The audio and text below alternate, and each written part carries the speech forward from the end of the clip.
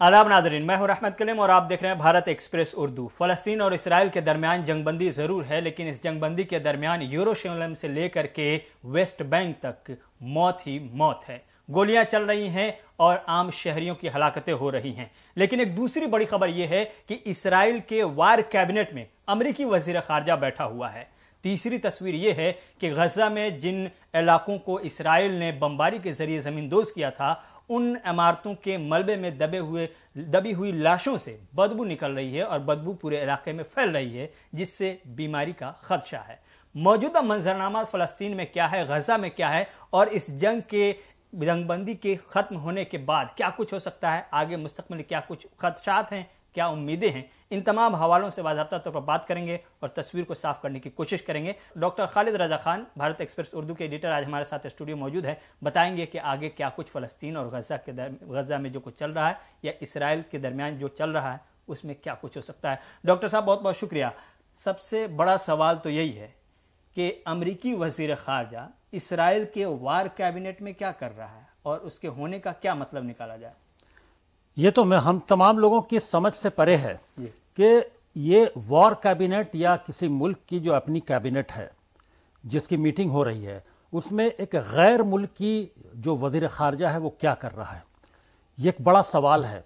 War cabinet में Antony Blinken जो अमरीकी वज़ीर ख़ारजा हैं, सेक्रेटरी ऑफ स्टेट हैं, वो क्या कर रहे हैं और क्या नेगोशिएट करने जा रहे हैं, और वॉर कैबिनेट में बैठकर क्या वो जो इसराइल चाह रहा है, जो जिस तरह का जारहाना रवैया अख्तियार किया हुआ है, जो उसके अंदर बायस है फ़िलिस्तीनियों को लेकर, जो उसके अंदर नफ़रत में शिद्दत देखी जा रही है, क्या अकेले बैठकर एंटोनी ब्लिंकन उसको काउंटर कर पाएंगे उन फैसलों को?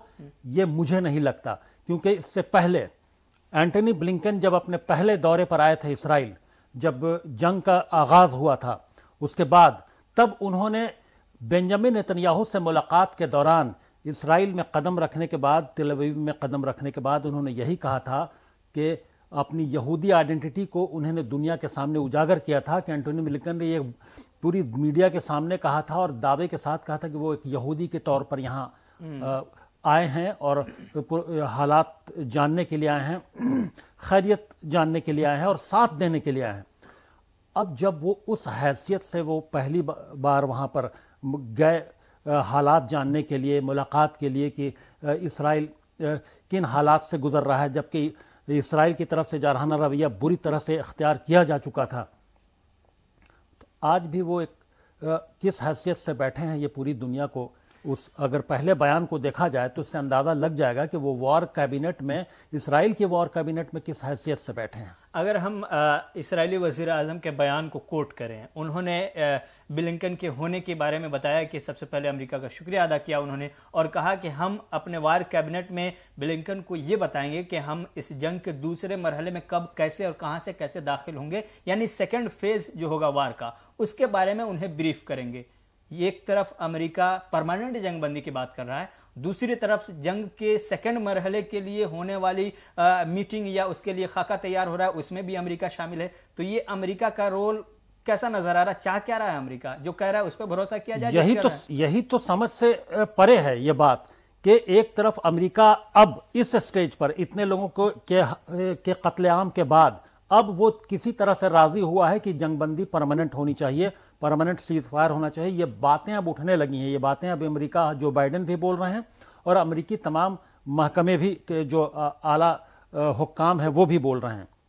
ऐसे में एंटोनी ब्लिंकन का इसराइल की वॉर कैबिनेट में मौजूद होना और इसराइल का ये कहना, ये मीडिया के सामने एंटोनी ब्लिंकन के सामने कह रहे हैं कि वार का दूसरा मरहला किस नहज पे होगा, क्या उसमें क्या स्ट्रेटजी होगी और किस तरह से दूसरे मरहले में इंटर करेंगे, ये चीजें डिस्कस हो रही हैं। और तो एंटोनी ब्लिंकन आखिर कौन सा पैकेज लेकर गए हैं वहां पर, ये एक सवाल है। आखिर वो वॉर कैबिनेट में गए हैं तो कोई पैकेज लेके गए होंगे, कुछ जो बाइडेन का या अमेरिकी हुकूमत का कुछ पैगाम लेके गए होंगे, कोई एक मॉडल लेके गए होंगे। तो आखिर कौन सा मॉडल है उनके पास जो वो अब नहीं बता रहे हैं दुनिया को उस वॉर कैबिनेट में बैठ के, और इसराइल के वॉर कैबिनेट से ये बातें उठकर आ रही हैं कि जंग का दूसरा मरहले की तैयारी हो रही है। तो ये बहुत मशकूक मामला है कि क्या रोल प्ले, क्या रोल प्ले कर रहा है, ये दुनिया देख रही है। हम सब लोग, तमाम लोग समझ रहे हैं कि पर्दे के पीछे कि इसको क्या कहेंगे पर्दे के पीछे, ये खुल कर क्या खेल चल रहा है, ये सब लोग देख भी रहे हैं। अमेरिका के हवाले से एक बात आम थी, या अभी भी हम ये बात सुनते हैं कि अमेरिका अपनी क्रेडिबिलिटी को लेकर के, अपने कैरेक्टर को लेकर के बहुत ही फिक्रमंद रहा है, चाहे कहीं भी कोई भी तनाज़ा हो। हम ये देखते हैं कि सुबह में एंटोनी ब्लिंकन की तरफ से, व्हाइट हाउस की तरफ से बाज़ाब्ता तौर पर जंगबंदी को मुस्तकिल करने, आगे बढ़ाने की बात की जाती है। एक दिन पहले अगर देखें तो यूएन के सिक्योरिटी काउंसिल में बाज़ाब्ता तौर पर अमेरिका की जानिब से कहा जाता है परमानेंट सीज फायर होना चाहिए। वहीं दूसरी जानिब अब देख रहे हैं कि सेकेंड फेज कैसा होगा, कब से होगा, उसकी मीटिंग में भी शामिल होगा। तो क्या ये फलस्तीनियों को या दुनिया को दिखाने के लिए बीच बीच में एक जुमला छोड़ दिया जाता है कि हाँ हम आपके साथ हैं, परमानेंट सीज फायर चाहते हैं, ये खून खराबा नहीं चाहते, लेकिन अमेरिका चाहता कुछ यही है, सब कुछ है जो इसराइल चाह रहा है? या फिर ये जो कन्फ्यूजन की सूरत हाल अमेरिकी इंतजामिया में है या अमेरिकी पॉलिसी में है, वो इलेक्शन की वजह से तो नहीं है, या फिर ऐसे ही वो कर रहा है? नहीं, इलेक्शन की वजह से बहुत अभी एक्चुअली क्या है कि अमेरिकी जो हुकूमत है, जो बाइडेन और उनकी जो पूरी कैबिनेट है, वो पूरे तमाम लोग इस जंग की वजह से फंस गए हैं। उनकी ये जो तमाम जो सर्वेज आए हैं, उन सर्वे के मुताबिक भी अगर हम देखें, उस पर नजर डालें, तो हम लोग इस पर गुफ्तगू कर चुके हैं पहले अपने प्रोग्राम्स में, कि इस अगले साल यानी 2024 में जो बाइडेन हुकूमत में रहने नहीं जा रहे हैं, ये सर्वे के मुताबिक ये सर्वे बता रहे हैं, और ना ही बेंजामिन नेतन्याहू इसराइल में रहने जा रहे हैं, अपनी हुकूमत, उनके हाथ में हुकूमत रहने जा रही। तो ऐसे में फिक्र तो इस बात की बहुत है। उसी फिक्र में बहुत सारे फैसले ऐसे हो रहे हैं। अमेरिका अगर चाहता भी है कि जंगबंदी हो जाए, जो बाइडेन अगर चाहते भी हैं, फिलिस्तीनी के लिए हमदर्दी रखते भी हैं कि जंगबंदी हो और फिलिस्तीनियों के कुछ की खैर ख्वाही में अगर कोई कदम उठाना चाहते हैं, लेकिन जो बाइडेन इंतजामिया पूरी तरह से मजबूर है, वो एक तरह से जो पूरा ज़ायनिस्ट लॉबी है उस क्लच में वो फंसी हुई है। तो इस वजह से वो बहालत मजबूरी इसराइल की हुकूमत का जो जारहाना रवैया है या जंग के दूसरे मरहले की जो तैयारी है, उसके बावजूद वो कुछ बोल नहीं पा रहे हैं, वो खुलकर अपोज नहीं कर पा रहे। इस बात को खुले तौर पर अपोज करना चाहिए था, इसकी मुखालफत करनी चाहिए थी एंटोनी ब्लिंकन और जो बाइडेन को और उनकी इंतजामिया को पूरे, कि ये जंग के दूसरे मरहले की बात निकली कैसे। अभी तो बात जंगबंदी की हो रही कि इस जो आर्जी जंगबंदी है और ये जो टेम्पोररी पाउज है वॉर में, इसको परमानेंट सीजफायर में कन्वर्ट किया जाए। बात इस पर हो रही, तो फिर जंग के दूसरे मरहले की बात कैसे निकल गई? सवाल तो यहां उठना चाहिए था। अब एंटोनी ब्लिंकन खुद अपनी जो आइडेंटिटी पहले दौरे में बता चुके थे कि वो किस शनाख्त के साथ इसराइल गए थे। आज जब वो वॉर कैबिनेट में बैठे हुए हैं इसराइल की, तो समझा जा सकता है कि वो किस हैसियत और किस शनाख्त के साथ वॉर कैबिनेट में मौजूद है। यानी जो ये बात चल रही थी कि अमेरिका में जो टॉप 15 थिंक टैंक्स हैं या डिसीजन मेकर हैं 50, उनमें से 40 के आसपास इसराइली हैं या फिर यहूदी हैं, ये बात कहीं ना कहीं सच साबित होती हुई दिखाई दे रही है। तभी तो बाइडेन इंतजामिया फंसी हुई है और एक अपनी पॉलिसी को या अपने मौक़िफ़ को मुअम्मा बना के रखा हुआ है। नहीं, बिल्कुल। वह पहले मैंने कहा कि जो तमाम थिंक टैंक्स है या जो ज़ायनिस्ट लॉबी है, जो सहयूनी लॉबी है, उसके क्लच में बुरी तरह से, यानी बुरा जो बाइडेन इंतजामिया है या अमेरिका की सरकार है, वो ज़बरदस्त तरीके से है। वो उनको समझ में नहीं आ पा रहा है कि वो किस तरफ करवट लें। तो वो अजीब पसोपेश की हालत में है, और उस पसोपेश की हालत में वो ऐसा लग रहा है अब, जो एंटोनी ब्लिंकन की मौजूदगी इसराइल में वॉर कैबिनेट में होने के बाद हम ये कह सकते हैं कि अमेरिका पसोपेश में, अब उसको समझ में नहीं आ रहा कि फैसला क्या करें और किस तरह का डिसीजन लें, कि खुलकर मुखालफत भी अब करें या नहीं करें इसराइल की।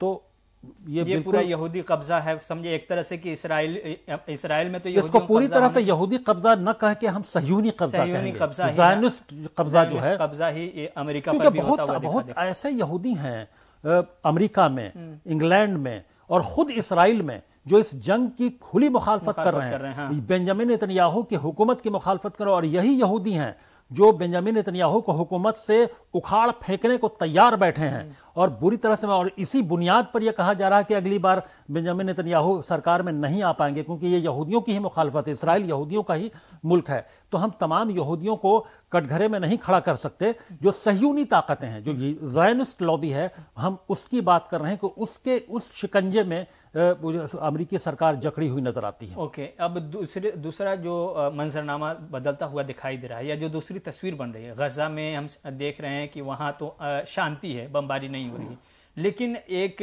نئی تصویر آئی ہے مغربی یروشلم سے. ویسٹ بینک کی کہانی ہم نے پہلے بھی بتائی تھی لوگوں کو، آج بھی وہاں ویسی صورتحال ہے. وہاں پر اسرائیلی جو قابضین ہیں وہ عام شہریوں کو نشانہ بنا رہے تھے. آج بھی نشانہ بنانے کی کوشش کی گئی مغربی یروشلم میں، جس کا جواب دینے کے لیے حماس کے جنگجو اب وہاں تک پہنچ گئے ہیں. مغربی یروشلم میں آج 3 جو قابضین تھے ان کو گولیوں سے موت کے گھاٹ اتار دیا ہے. سوال یہ ہے کہ کیا اب غزہ سے باہر نکل کر کے جو دوسرے علاقے میں قابضین ہیں انہیں نشانہ بنا کر کے اس جنگ کو غزہ سے باہر بھی لے جانے کی کوشش ہو رہی ہے یا پھر جا سکتی ہے، ایسا اندیشہ ہے آپ کو؟ دیکھیے، جب سے یہ جنگ شروع ہوئی ہے اور جنگ بندی اور تب سے اور جنگ بندی تک، یعنی جو عارضی جنگ بندی ہوئی ہے تب تک مسلسل ویسٹ بینک اور یروشلم کے علاقوں میں جو کولونائزرز ہیں، جو نئی کالونی بسائی گئی، جو اسرائیل کی ایکسپینشنسٹ پالیسی اور جو عزائم رہے ہیں اس کے تحت جو لوگ وہاں بسے ہوئے ہیں، وہ تمام لوگ جو مقامی لوگ ہیں ان پر زیادتی کرتے رہے ہیں. اس کی تصویریں دنیا کے سامنے آتی رہی ہیں. وہ جو مقامی لوگ جو ہیں، جو اسرائیلی مقامی لوگ ہیں، وہ ایسا نہیں کہ وہ بہت ہی امن و امان کے ساتھ وہاں پر رہ رہے ہیں. وہ گن لے کر، وہ اور بھی کئی طرح کے ہتھیار لے کر وہ جو مقامی فلسطینی ہیں ان کو دوڑا دیتے ہیں، ان کے کھیتوں پر قبضہ کر لیتے ہیں، ان کو دھمکاتے ہیں کہ ان کے میں نہ آئیں. تو اپنا کھیت اور اپنی فصل ہوتے ہوئے بہت سارے لوگ دور کئی ایکڑ کی فصلیں چھوڑ کر، زمینیں چھوڑ کر لوگ پیچھے ہٹنے پر مجبور ہیں. اور یہ اسرائیلی فوج نہیں کر رہی ہے، یہ جو اسرائیلی سیٹلرز ہیں جو ان علاقوں میں جو نئی بستیوں میں بسائے گئے ہیں، ان سیٹلرز کے اندر کی جو وہاں کے جو نوجوان یا وہاں کے جو سیٹلرز کے اندر کے لوگ ہیں وہ اس طرح کی حرکتیں کر رہے ہیں. وہ بھی ہتھیار بند ہے، وہ سب کے سب وہ سب ہتھیار بند ہیں. تو اس کی مزاحمت ہو رہی ہے. جو مقامی فلسطینی ہیں کچھ تو ڈر کر دور چلے جاتے ہیں، بھاگ جاتے ہیں، لیکن باقی وہ تمام جب مل بیٹھ کر کچھ فیصلہ کرتے ہیں کہ کیا کب تک زمینیں چھوڑی جائیں، تو پھر وہ مزاحمت پر آتے ہیں. جب مزاحمت پر آتے ہیں تو پھر جھڑپیں ہوتی ہیں. اور انہی جھڑپوں کا، انہی مزاحمت کا نتیجہ ہے کہ 3 سیٹلرز کی جو جان گئی ہے یروشلم کے علاقے میں، وہ اسی کا نتیجہ ہے. جو سیٹلرز کا جو رویہ رہا ہے، جو جارحانہ رویہ رہا ہے ان کا بھی، اور جو زمینوں پر مزید قبضہ کرنے کی جو عزائم ہیں، اسی وجہ سے یہ جھڑپیں ہو رہی ہیں. وہ ریاکشن ہے سامنے آ رہا ہے. ایک آخری سوال یہ کہ جو غزہ میں تباہی مچائی ہے، جس طرح سے اندھا دھند بمباری ہوئی ہے، اس کی وجہ سے ہزاروں لاشیں ابھی بھی ان ملبوں میں دبی ہوئی ہیں. اس سے ان لاشوں سے بدبو آنے کی خبر ہے، اور خبر یہ ہے کہ اس سے کوئی بیماری پھیل سکتی ہے. لیکن WHO جو ورلڈ ہیلتھ آرگنائزیشن ہے، جو یہاں پر سرگرم ہے، یا ہلال احمر ہے، اس طرح کے جو ایجنسیاں ہیں یا تنظیمیں ہیں، ان تنظیموں کے بھی ہاتھ پاؤں اسرائیل نے باندھ رکھے ہوئے ہیں. اس صورتحال میں آپ عالمی برادری سے کیا امید رکھتے تھے اور کیا کچھ ہو رہا ہے، اس پر کیا کی رائے ہو سکتی؟ یہ ایک المیہ ہے کہ جتنی بھی بڑی آرگنائزیشن ہیں دنیا کی، جو بڑے فورم ہیں، چاہے وہ UNO کی بات ہو یا WHO کی بات ہو، دونوں پر سوال اٹھا چکا ہے پہلے اسرائیل. اور دونوں کے جو کارکنان ہیں، جو اہلکار ہیں، ان کو اپنے ہاں آنے کے لیے ویزا دینے سے منع کر چکا ہے وہ. تو اور یہ بھی اعلان کر چکا ہے اسرائیل پہلے کہ جو وہاں WHO کے لوگ کام کر رہے ہیں، WHO کے جو مختلف جو فرنٹل آرگنائزیشن سے اور بہت سارے جو ضمنی ادارے ہیں وہ جو کام کر رہے ہیں وہاں پر، اور جو UNO کے ضمنی ادارے اور بہت سارے جو فرنٹل جو آرگنائزیشنز ہیں وہ کام کر رہے ہیں، اور بہت سارے NGOs کے ساتھ جو ٹائی اپ ہوتا ہے UNO کا، وہ تمام لوگ حماس کے ہیں. اس وجہ سے، اور وہ حماس کو سپورٹ کریں، اور ان کے پاس جو ڈیٹا ہے UNO کے پاس، وہ تمام ڈیٹا جو ہے حماس کا پرووائڈ کیا ہوا ڈیٹا اس طرح سے. اور یہاں تک وہ حد سے گزر گئے کہ انٹونیو گٹیرس جو UN کے سیکریٹری جنرل ہیں، WHO کے جو چیف ہیں، ان تمام لوگوں کو اسرائیل کا ویزا دینے تک سے منع کر دیا. تو اب ایسے میں سمجھا جا سکتا ہے کہ اور ہم لوگ اس سے پہلے بھی گفتگو کر چکے ہیں کہ جتنے بھی لوگ یہ کیمپوں میں رہ رہے ہیں غزہ میں، جو اپنے گھر بار چھوڑ کر بمباری کی وجہ سے کیمپوں میں رہنے پر مجبور ہیں، یا جو نارتھ غزہ سے اپنے ہی ملک میں، اپنے ہی علاقے میں مائیگریٹ کرنے پر مجبور ہیں، ہجرت کرنے پر مجبور کر دیے گئے، وہ تمام لوگ جن کیمپوں میں رہ رہے ہیں، وہاں نہ اس طرح کی صفائی ہے، نہ پانی مل پا رہا ہے. تو وہاں عجیب نامعلوم سی بیماری پہلے سے ہی پھیلی ہوئی ہے، جو پوری دنیا کے ڈاکٹروں کو سمجھ میں نہیں آ رہا کہ اسکن پہ کئی طرح کے داغ آ جا رہے ہیں، जो किसी दवा से ठीक नहीं हो रहा है, तो ये अभी नामालूम है। ये बीमारी वो पहले से ही थी, जो कैंपों में, मुख्तलिफ कैंपों में वो बीमारी फैली हुई है, जिसको लेकर आलमी बरादरी थोड़ी फिक्रमंद नजर आई थी। WHO ने भी इस पर बयान जारी किया था। और ऊपर से ये आलम है कि जो मलबा है उसके अंदर लाशों से बदबू आ रही है और लाशें सड़ रही हैं, और उसकी वजह से बीमारी का खदशा हो गया है। तो पहले से नामालूम बीमारी, ऊपर से एक नई आफत, तो ये तमाम मिलकर एक अजीब तरह के हालात पैदा कर रहे हैं, जिसके लिए दुनिया को फिक्रमंद होना चाहिए और फौरी इक़दाम करना चाहिए। क्योंकि जिस तरह से रफा से जो इमदाद आ रही है, उन इमदाद को और बढ़ाने की जरूरत है, और खास तौर से तिब्बी इमदाद को बढ़ाने की जरूरत है। जाहिर है जो लोग गोली और बम बारूद से बच गए हैं वो अब नई बीमारी से मरने के खदशे के शिकार हो चुके हैं, क्योंकि जिस तरह की सूरत हाल है उसमें यही तस्वीर बन रही है। लेकिन जब से जो सबसे बड़ी बात है वो ये है कि अमेरिका इस वक्त फिर से इस जंग को हवा देने के लिए वार कैबिनेट ऑफ इसराइल में बैठा हुआ है। देखते हैं सेकंड मरहला यानी इस जंग का दूसरा मरहला क्या शुरू होगा, या फिर यही परमानेंट सीज फायर और फायरबंदी में बदल जाएगा। उम्मीद करते हैं कि ऐसा ही हो, परमानेंट सीज फायर हो जाए। डॉक्टर साहब आपका बहुत बहुत शुक्रिया। हमारी गुफ्तगू और जानकारी आपको अच्छी लगी तो कमेंट कीजिए, लाइक कीजिए, शेयर कीजिए और हमारे साथ जुड़े रहिए। तब तक के लिए बहुत बहुत शुक्रिया।